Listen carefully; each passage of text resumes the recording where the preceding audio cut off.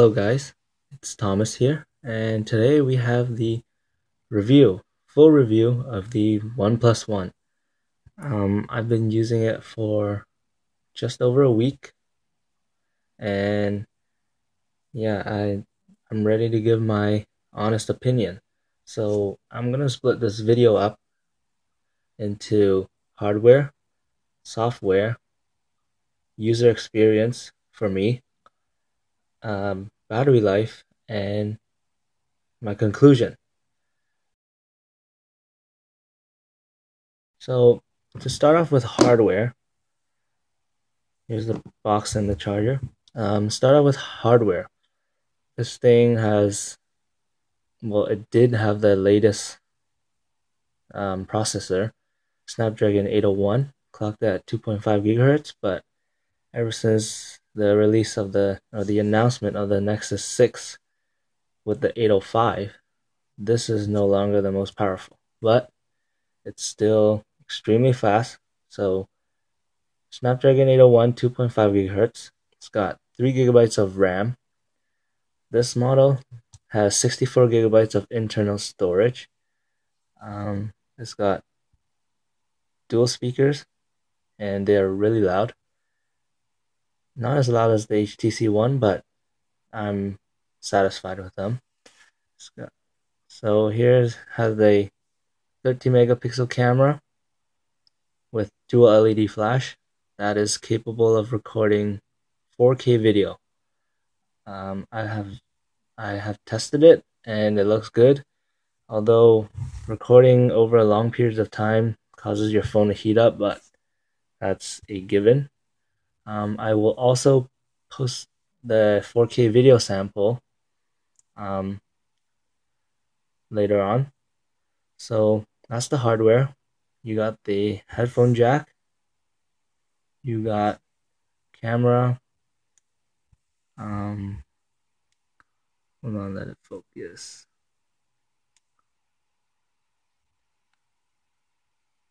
Sorry about that. Well, you got that power button right there. I don't know why it's not focusing.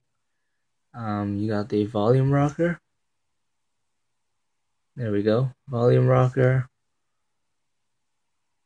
Power button. Your micro USB port.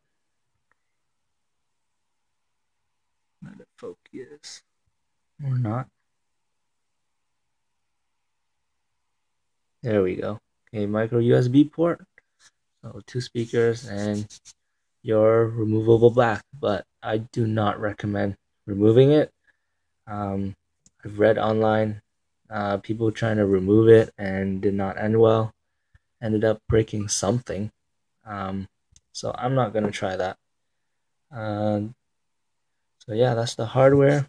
In case you didn't know, this feels unique yet amazing. It's like smooth sandpaper. I'm sure you've heard in other videos. Sorry about that. So yeah, that's the hardware. Also got 5 megapixel front facing camera, and I believe it shoots 1080p video.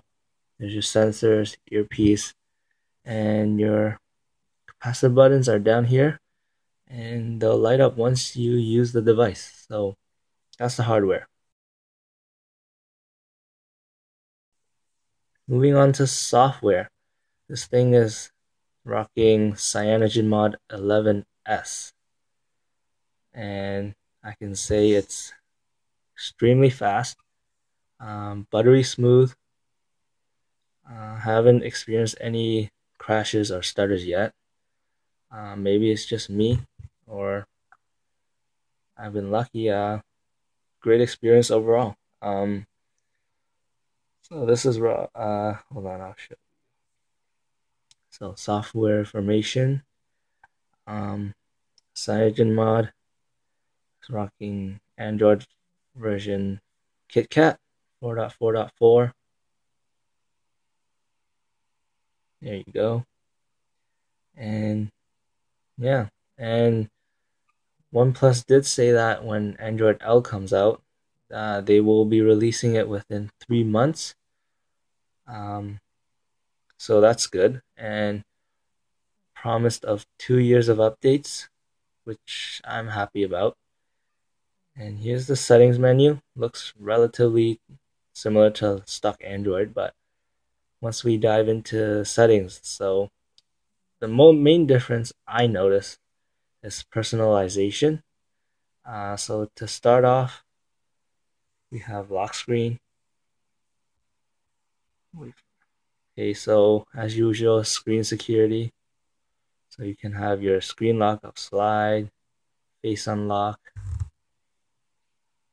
pattern, pin, password, or none. And yeah, so moving down, you can see button actions. So what this does is in your home screen, lock screen, sorry. So I have checked here, home button unlocks the device. So what that does is, let's say I unlock the device using double tap and I don't want to slide down. So I can just tap the home button and there we go. Okay. So that's what it's for. You can choose it for the menu button as well as the back button, but I don't have any actions for that. So you can have custom lock screen, which is what I have right now, or you can disable it and have this lock screen. Okay. And you have shortcuts, weather, clock, but I prefer the custom one. Camera widget. So your clock widget, you can set up weather, clock, whatnot. And here's the camera widget. Might as well show you the camera. This is 13 megapixels, but if you want the 16:9 aspect ratios, you gotta go down to 9.7. Pictures look great. I'll show you some samples. Well, I don't know if you can see it, but I'll include it in the video. But it's pretty clear. Of course, if you zoom far enough, you'll start seeing grain, but really clear. Here, let's take a snapshot of the OnePlus charger. So focus is okay.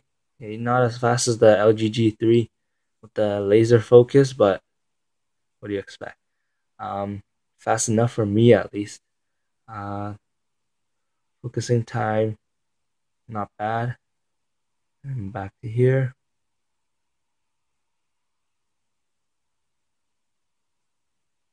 As you can see, I don't have macro mode on, so that might be why.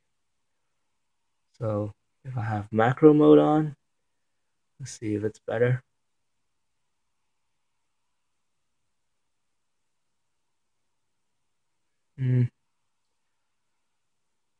There. So it takes a bit of fiddling around with, but to be honest, it's good enough for me. I just take not going for professional photography with this phone. If I was, I would be using a DSLR. The camera's great. Swipe right to your gallery. Swipe down, you have your effects. So here's just to show you. So here's auto, aqua, posterize. You got all these effects, and then all these modes, and you can disable them. Let's figure out how.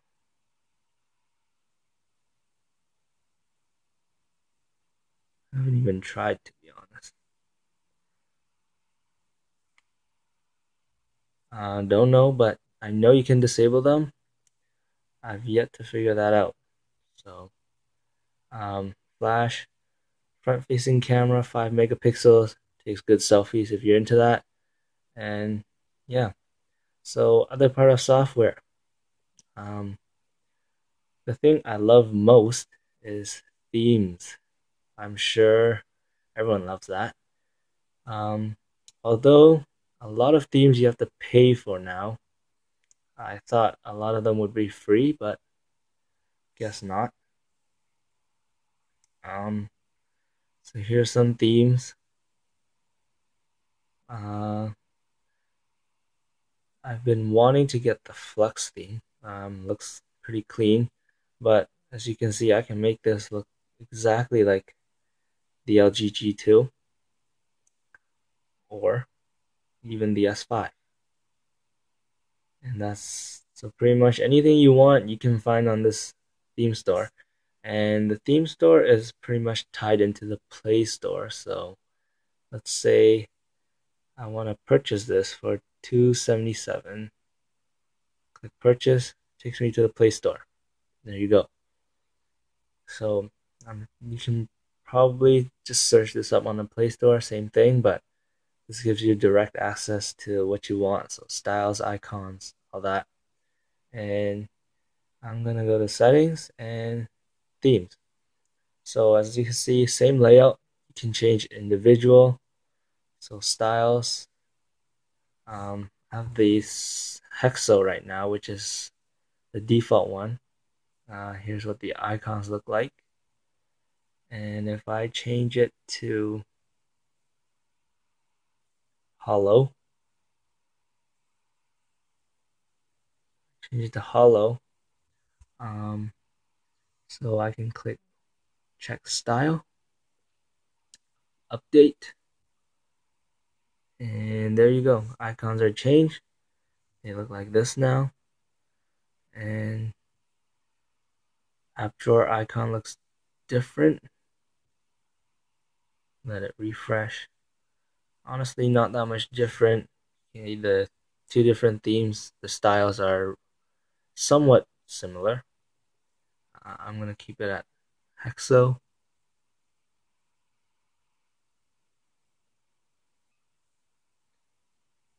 And next, so icon. So the stock ones that it comes with is Hexo icon pack. I don't know the difference. I think this one has more. And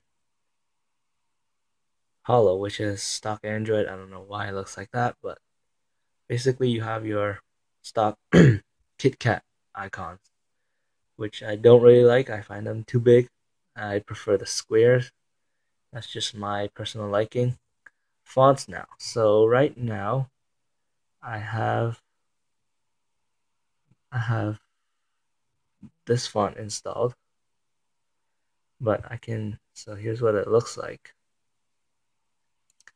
I can change it to let's have Tino's. Apply, simple, and your font has changed. Yeah. Next, status bar. So you can have your clock style default right there, center like the iPhone, or hidden, no clock. I don't know why anyone would do that, but okay. Battery style. So you have the circle one with a percentage at the top. You can have a portrait icon, landscape,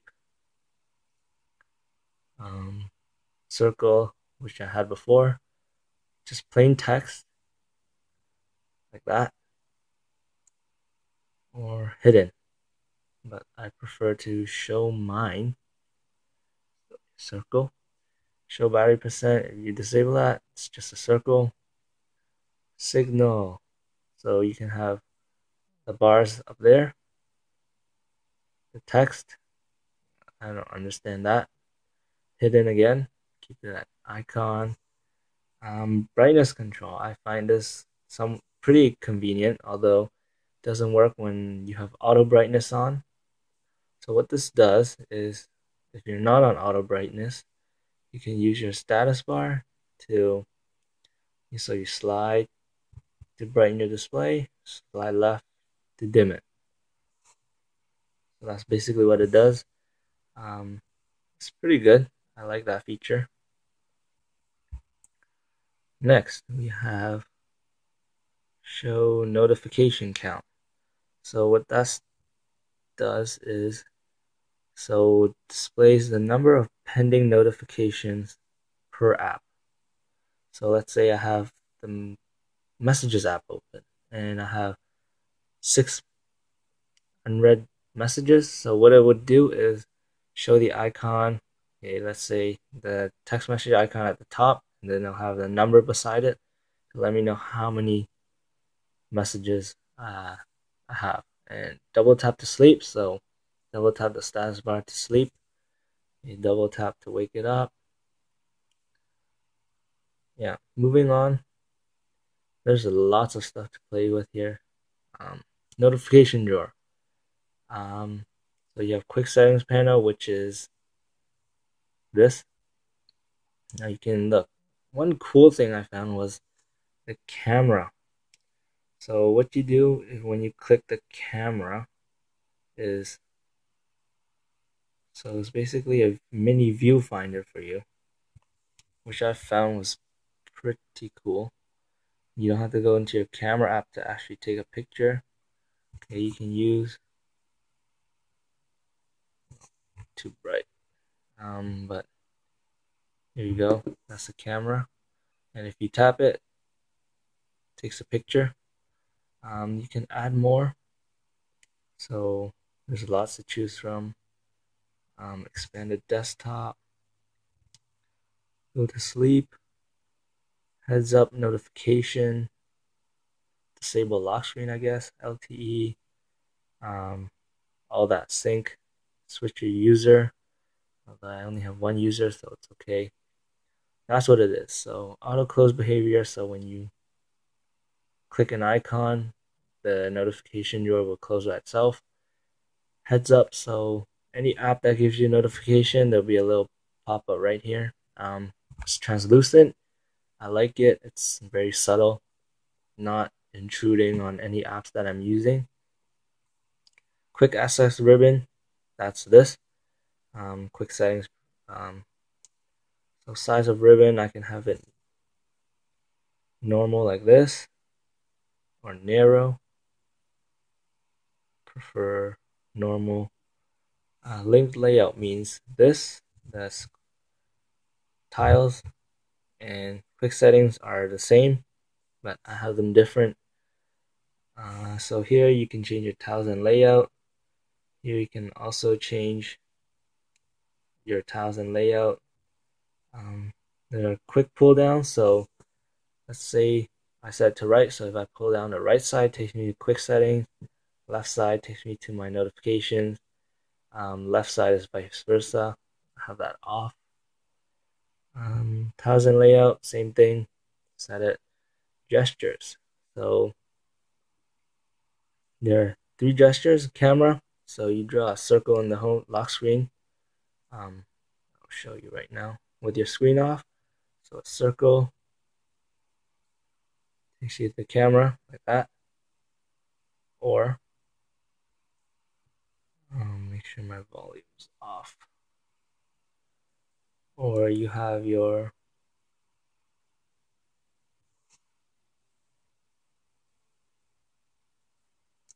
music. So you use your gestures to control music playback.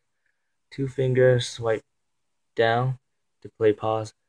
Left arrow for previous track, right arrow for next track. So I'm gonna play, and I should have. So as you can see, music is playing, and then if I want to, no, screen off, and next track, okay, and then previous track, didn't work. Previous track, oh, still didn't work. Let's try that one more time.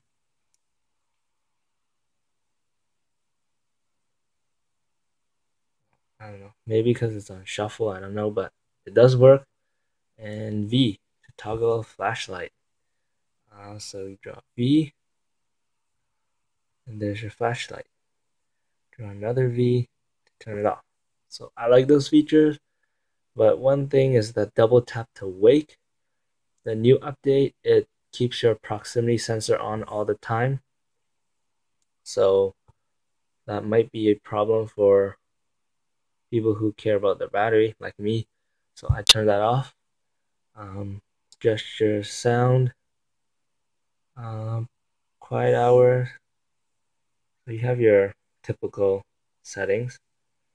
Vibrate on touch. You can set your vibrator intensity, charging sound. So when you plug it in, it makes a sound and vibrate. Display and lights. So set your font size. Expanded desktop. So what that does is makes the screen real estate even more. So you enable that, and normally in any app it would hide the status bar, and if you had the on-screen buttons it would hide that too, but I'm not using them, so that's fine. Notification light, adaptive backlight, so just the display's backlight while conserving battery.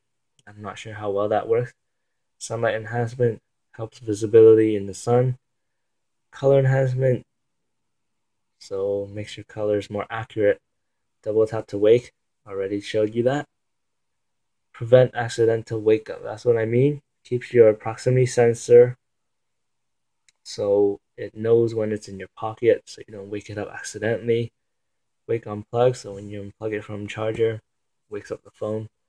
Screen off style, you can have electron beam, which looks like this, or you just have regular fade out.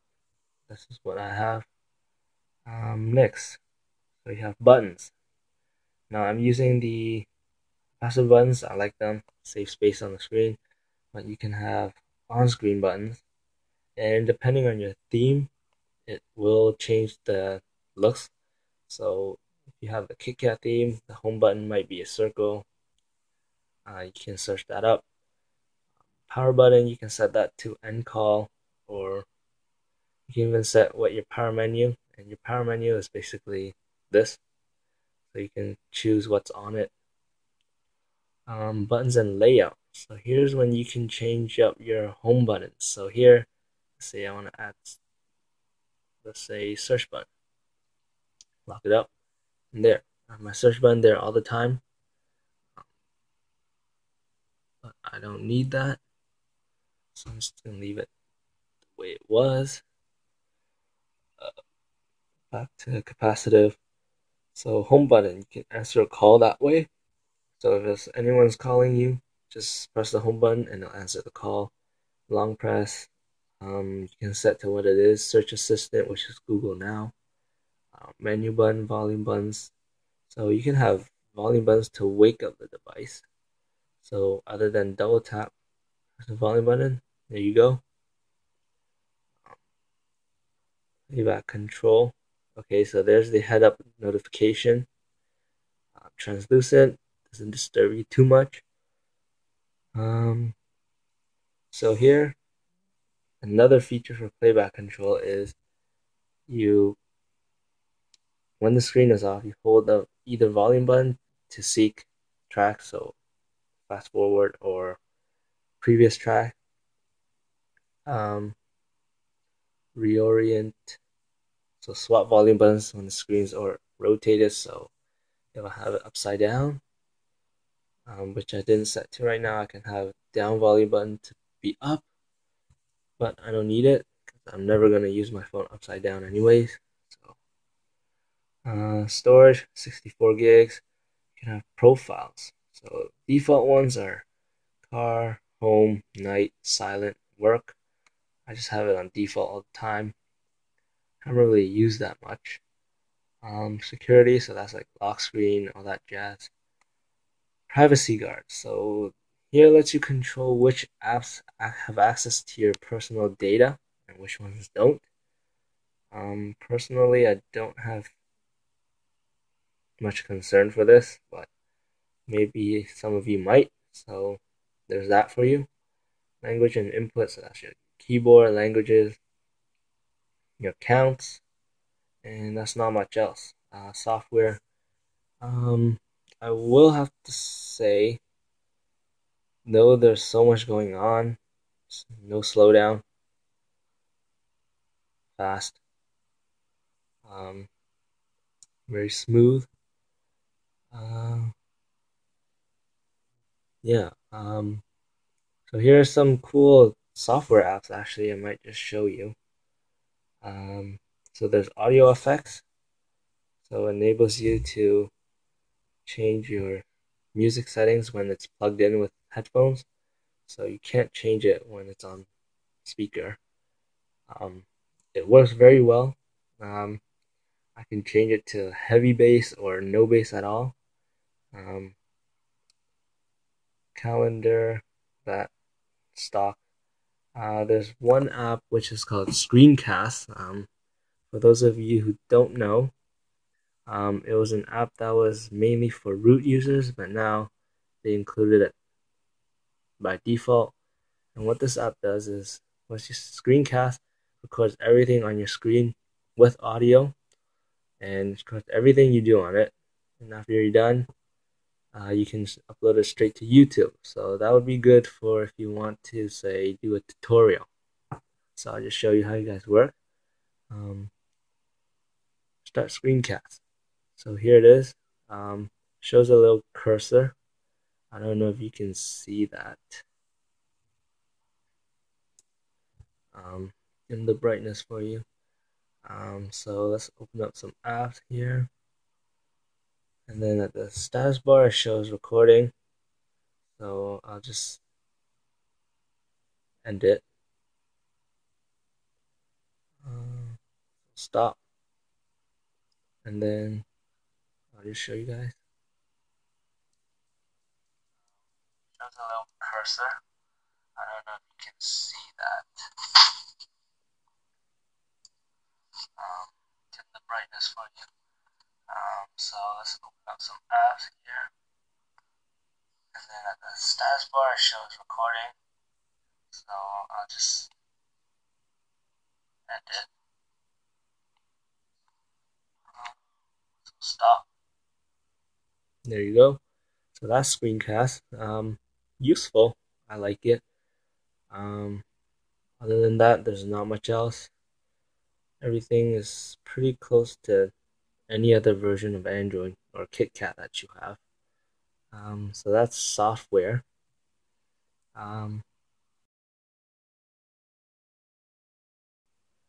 Next up, battery life. I think I haven't broken in, or whatever you call it, the battery yet. I don't have any screenshots for you, but my average is unplug the charger around 7. Keep my data on whole day, Wi-Fi on, play games. Clash of Clans uses internet and your CPU or GPU. Bloons TD, that's pretty heavy game. Get home around 8. You go to bed around 12, 1 o'clock, and this thing still has 40% left. And I usually get around 4 to 5 hours of on-screen time, which is really good. You don't ever have to worry about finding a charger or an outlet anywhere during the day. I can do whatever I want. I don't have to hold back. That's the problem I had with my old HTC One. I'm glad I don't have to deal with this anymore. So battery's good, but I feel like it's been getting better. So maybe it's just because it was new, had to break it in, but I like it. Very happy with the battery life. And good that this does not have a 2K display. Save even more battery.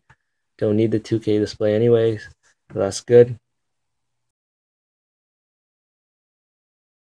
My user experience, very good. Happy. Yeah, very smooth.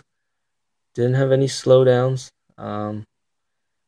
Here you can, one more thing. Okay, you can select your home screen. So that's my home screen.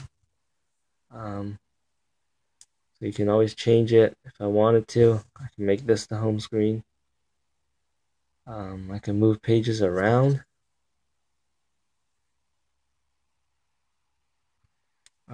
Here, more settings. So search bar, have it on, which means search bar is always at the top. Wallpapers here. Search panel, I don't have that, which is the Google Now panel on the left.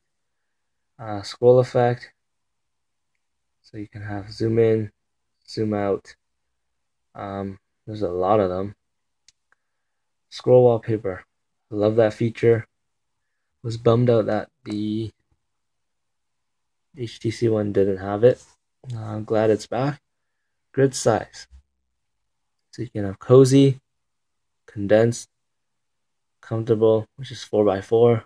This is 5x5, which is what I prefer.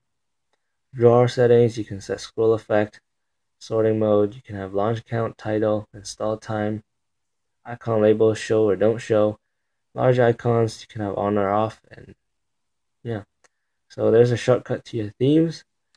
User experience, can't stress this enough. Excellent user experience. Here's my conclusion. Awesome phone, awesome price point, great hardware, great software, great battery life. There's really nothing I can complain about. Yes, there's bugs, but every update for any other phone, there's always bugs, but at least CyanogenMod and OnePlus, they're not a huge company. They only have one product, so they can release updates fast and frequently. So I'm not worried about that at all. And they have great tech support or developer support. So don't worry about that. Yeah, this phone, it's probably it is the best phone I've ever had. And I've compared it to a friend's iPhone 6 Plus. Everyone who touched this phone says the back feels amazing. You really have to feel it just for yourself to know how good it feels. It's honestly the best bang for your buck. That's my full review. If you can get an invite or somehow get an opportunity to buy it, do not wait. Get it. Pre-orders just passed, so a whole bunch of people got it. I'm pretty sure they'll still be sending out invites, so hopefully, if you want one, hopefully you get one, because this is an awesome phone. I'm happy with this. Probably won't be going to anything else. I don't want to for a while. Very happy with it. And yeah, I'll be doing more videos for this phone, tutorials, case reviews. I have a case coming in, the Re-Earth Ring Key Fusion, and a tempered glass screen protector. So I'll be reviewing those. I'll do some tutorials using screencasts. So stay tuned for that. Overall, I love this phone. It's only been a week, but everything has been awesome, amazing. Anyone who asks me about this phone, they're like, "What is that?" It's the OnePlus One, and they're like, "Wow, I've never seen it before. Looks cool." I'm like, "Yeah, it's a great phone," but I usually don't bother explaining to those hardcore iPhone fans because they don't even know what this is. They're like, "What's Android?" So whatever.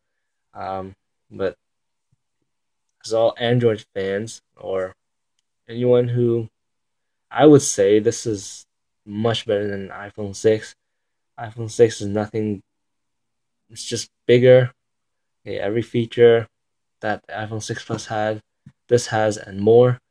And my phone from 3 years ago, and the Galaxy Nexus, has what the iPhone 6 Plus has. So it's not really a breakthrough. They're just playing catch up. But that's not what this is about. This is the OnePlus One, and this is an excellent phone.